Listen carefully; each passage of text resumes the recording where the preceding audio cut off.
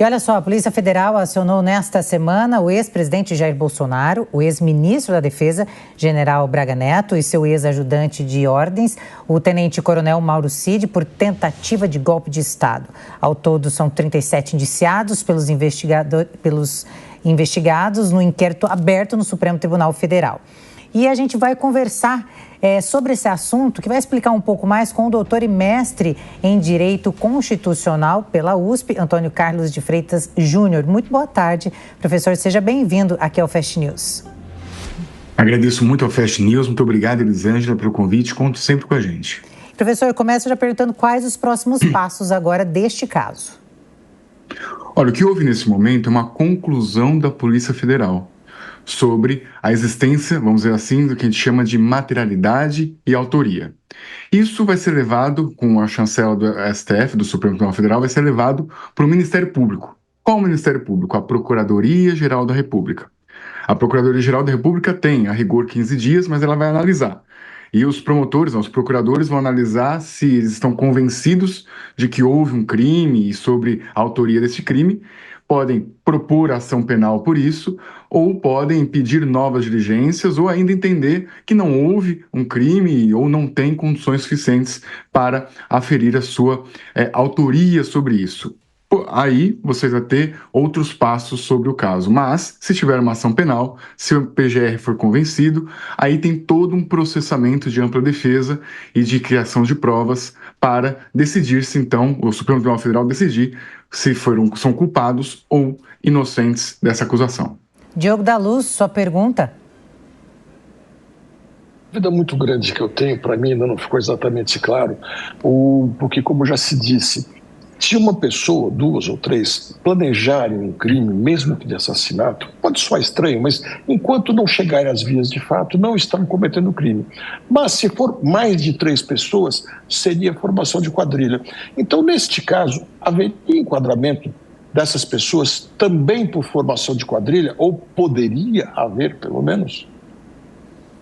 Poderia haver, sim, Diogo, mas acho que é só bom colocar, eles não estão sendo acusados do homicídio, porque aí você bem colocou, o homicídio você tem uma questão sobre tentativa e sobre, enfim, chegar aí nos atos executórios, enfim, chegar no resultado ou quase resultado, arrependimento eficaz, esses detalhes do direito penal quanto ao homicídio. O que eles estão sendo indiciados especificamente, ou melhor, com maior peso, é a questão de tentar dar um golpe de Estado, tentar modificar, vamos dizer assim, o Estado Democrático de Direito, derrubar o Estado Democrático de Direito. E o núcleo deste tipo já é o tentar. Então, esses atos preparatórios, há uma compreensão jurídica que eles já são a própria execução do crime de tentar. Porque o verbo, por exemplo, no homicídio, o verbo é matar alguém. Então, o crime, enfim, é matar. Tentar matar seria uma outra coisa, uma tentativa do crime. No caso do golpe de Estado e desses crimes contra as instituições democráticas, o próprio verbo é tentar. Então, a tentativa, se organizar para tanto, já tem uma compreensão jurídica que isto já é o elemento do tipo que enseja o crime de tentar derrubar o Estado Democrático de Direito, derrubar as instituições vigentes, impedir, tentar que as autoridades eleitas não tomem posse, enfim, que tenha a continuidade do processo democrático. Essa é a diferença quando a gente fala sobre o crime de homicídio, ou esse crime comum do homicídio, e este crime específico contra as instituições democráticas. Esse verbo modifica um pouco a compreensão mais usual que nós falamos sobre tentativa, arrependimento eficaz, crime tentado, já modifica por essa questão do núcleo do tipo. Doutor, ou seja, então, em relação ao crime de homicídio, como o senhor está dizendo, tem a parte que é a cogitação, cogitou o crime, tem os atos preparatórios, é assim que diz, não é? É o ato... Atos preparatórios e os atos executórios. E os executórios, isso. Exato. Nos dois casos aqui, falando dos indiciados, tiveram os atos, certo? Então, eles são avaliados de outra maneira, digamos assim, em relação se fosse um homicídio, um crime? Outro tipo de crime? Exatamente isso. Exatamente. Se fosse um homicídio, vamos dizer assim, eu estou preparando para o homicídio. Vou lá, pego a minha arma, tô caminhando e como eu mesmo desisto de cometer aquele crime, a gente chama até no direito penal, estão falando sobre arrependimento eficaz. Por uma questão só minha, não é que outro foi lá e me impediu. Não houve impedimento de outro. Eu mesmo, por minha consciência, deixei de realmente buscar o resultado morte. Isso no homicídio afasta o crime completamente. Então, se você não foi no resultado e você mesmo se auto-impediu de chegar a alcançar esse resultado de maneira eficaz, então a gente, tanto o arrependimento eficaz como ter parado nos atos preparatórios afastam o tipo do crime de homicídio. Porém, nós não estamos falando de homicídio. Por isso que modifica um pouco a lógica.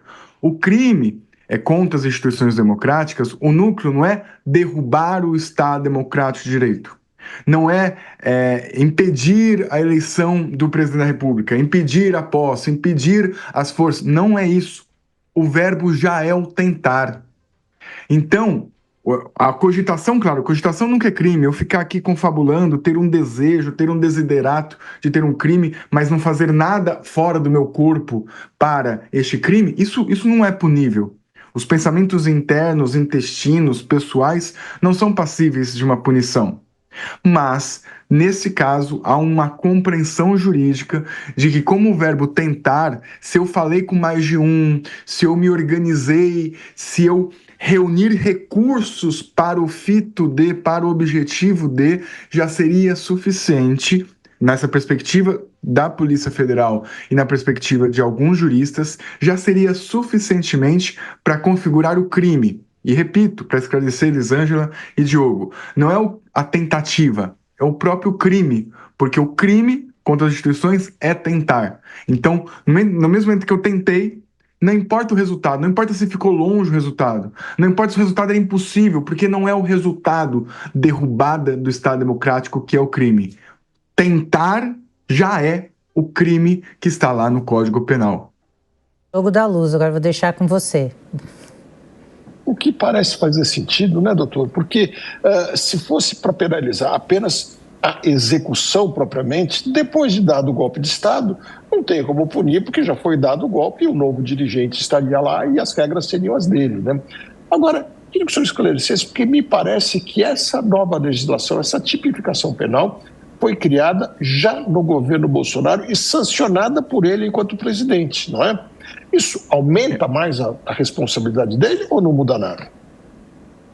Eu gostei do ponto que você colocou, Diogo, e é bem astuto. Por que o crime é tentar? Porque quando derrubou, a gente até brinca, né? Quem conta a história são os vitoriosos, não são os derrotados. Então, se já houve a mudança, se conseguir a mudança, você tem uma nova Constituição, tem uma nova legislação. Então, você já tem uma revolução que empreendeu um novo Estado. Não faz nem sentido você criminalizar um novo ordenamento que não faz, enfim, não faz sentido para o direito. Mas você me colocou, essa legislação também foi modificada no governo Bolsonaro, tirando aí uma legislação mais arcaica, mais própria da ditadura militar, e aí renovando ela com ares ainda mais democráticos. Juridicamente, ele ter feito isso é irrelevante, mas há um contexto político de que o próprio Bolsonaro já se colocou enquanto presidente da República, vamos dizer assim, vinculado, engajado com isso. Então, se não há nenhuma consequência jurídica, obviamente, pode ter uma consequência política, porque ele é um presidente, ele é uma autoridade pública que sabia dessa legislação e demonstrou-se a não vetar, a não ser contrário, uma certa vinculação, um certo engajamento sobre a proteção dessa lei, sobre a importância dessa lei. Talvez tenha algum componente de ordem política, moral, mas jurídica é completamente irrelevante. E, doutor, então, assim, no seu ponto de vista, quais são os principais fundamentos legais que embasam aí o indiciamento do ex-presidente? Elisângela, nesse momento, vão ser colocados de maneira melhor pela própria Procuradoria-Geral da República a individualização das condutas. Ainda não foi a público como que a Polícia Federal está colocando todos esses indiciados e todos os contornos individuais dessa conduta. O que a gente pode aferir do ponto de vista jurídico e estritamente jurídico é que como está sendo colocado vários componentes do governo com provas de que buscavam derrubar o Estado Democrático de Direito, inclusive com o assassinato do presidente eleito e do vice-presidente eleito, e alguns há indícios, assim, não vou dizer provas, porque as provas serão feitas agora no processo penal, mas indícios de que eles falavam, se comunicavam com o presidente, de alguma forma o presidente sabia ou tinha o que a gente chamou, isso foi muito chamado a atenção à época do mensalão, né? Esse domínio de fato. Se ele não fez, ele teria, como todos perto dele, como todos, de alguma maneira, submetidos à sua autoridade, até mesmo política, não somente jurídica, poderia ter impedido essa continuidade desse plano, poderia ter feito algo, claro, do que veio à mídia, do que veio a público, pouco se tem sobre o comportamento ativo de Jair Bolsonaro, do ex-presidente Jair Bolsonaro. O que tem muito é de todo, vamos dizer assim, o entorno do ex-presidente, aí muito ativo, com material informático, com documentos, com planejamentos, com áudios. Então, o entorno dele já há indícios mais robustos sobre os comportamentos violadores da norma jurídica, vamos dizer assim, ilícitos, do que especificamente de Jair Bolsonaro. Vamos dizer assim que neste momento, do que veio a público, essa responsabilidade criminal está muito mais de maneira que as pessoas em torno dele devem estar em sintonia com ele, devem ter submetido à palavra, do que necessariamente um comportamento ativo evidenciado aí no pouco que veio a público, já que boa parcela desses autos estão em segredo de justiça e boa parcela também tem toda a complexidade de ser analisada. Então, essas conta-gotas que aparecem à imprensa e nas decisões que são abertas, são retirados o sigilo, é isso que a gente pode aferir do sentido mais técnico, jurídico e imparcial. Diogo da Luz, sua pergunta? Professor, me parece que no aspecto político, condenação a essas pessoas já está vindo naturalmente, e aqueles que ainda não condenaram, muito provavelmente, conforme venham mais ainda à tona os fatos, deverão fazê-lo. Mas eu quero esticar um pouco a corda e fazer uma pergunta para o senhor, um exercício de futurologia. Se caminhar dentro disso que se imagina, mais ou menos, e eu não posso acreditar que a Polícia Federal esteja com invencionice, me parece que ela está bastante bem embasada, isso tenderá a virar uma denúncia e um processo e o julgamento de boa parte dos 37 indiciados até aqui. A possibilidade de condenação dá para exercitar, mais ou menos, a quanto tempo mínimo e máximo poderiam ser condenados essas pessoas, inclusive o presidente Bolsonaro? Olha, claro, existe uma futurologia porque a gente precisa muito da peça da denúncia.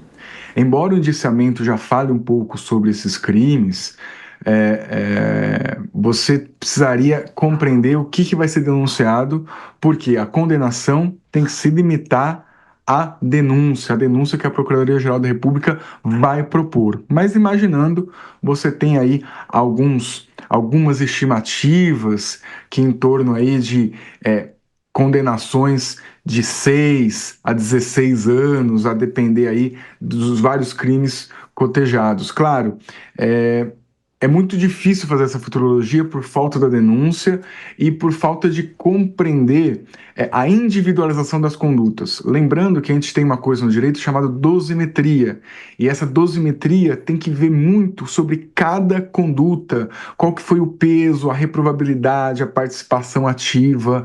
Então isso tudo a gente precisa compreender e vai compreendendo inicialmente na peça acusatória, na denúncia da Procuradoria-Geral da República e como no decurso do processo das provas. Mas não serão, como tem essa acumulação de vários tipos de crime, a gente tem aí que não serão nem penas muito grandes, 25, 30 anos, isso não faz muito sentido, mas também não diminutas, 2, 4, 5 anos não parece que seja, parece que fique nesse período intermediário de 6, 10 anos, 12 anos, algo desse tipo é o que se estima com base nesse relatório, vamos dizer assim, nesse estado preliminar do relatório da Polícia Federal. Mas isso, como bem colocou, Diogo, é uma futurologia que a gente vai conseguir ter mais detalhe, aí eu vou conseguir te falar com mais propriedade após uma denúncia da Procuradoria-Geral da República. Aí a gente consegue te estimar, inclusive com jurisprudência, inclusive com esse detalhamento. Pois bem, nós conversamos então com o doutor e mestre em Direito Constitucional pela USP, Antônio Carlos de Freitas Júnior. Doutor, muito obrigada, viu, pela sua participação aqui no Fast News. É sempre bem-vindo. Te agradeço muito, Elisângela. Obrigado, Diogo. Obrigado a todos da Fast News. Contem sempre com a gente. Um excelente sábado a todos os nossos telespectadores, a vocês da produção e a você, Elisângela. Para você também.